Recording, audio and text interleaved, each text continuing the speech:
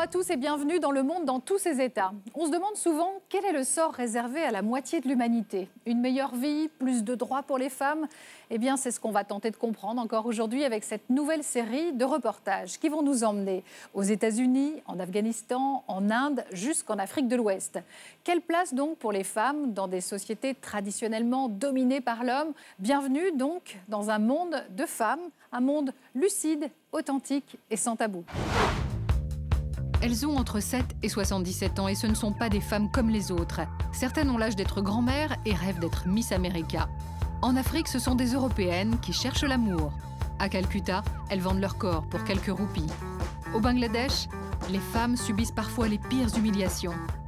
L'éternel féminin a du plomb dans l'aile. En Arizona, il porte aussi l'uniforme de ces forçats du deuxième sexe. Ou bien, il porte la défroque déglinguée de ces gangsta girls du ghetto de New York. Et pour commencer, 3 sujets dont l'enfant est le centre. La maternité de Grozny, l'Asie, où il ne fait pas bon d'être fille, et une autre maternité qui, elle, ne respire que le bonheur. Nous sommes sur la côte est des États-Unis. Anu et son mari Srini sont originaires du sud de l'Inde. Ce couple d'universitaires vit aux États-Unis depuis 20 ans. Ils ne peuvent pas avoir d'enfants, donc ils ont eu recours à une mère porteuse. Accompagnés de leur famille venue spécialement d'Inde, ils s'envoleront demain pour la Californie. Là-bas, ils assisteront à la naissance de leurs enfants, des triplés qu'une autre femme porte pour eux depuis 9 mois.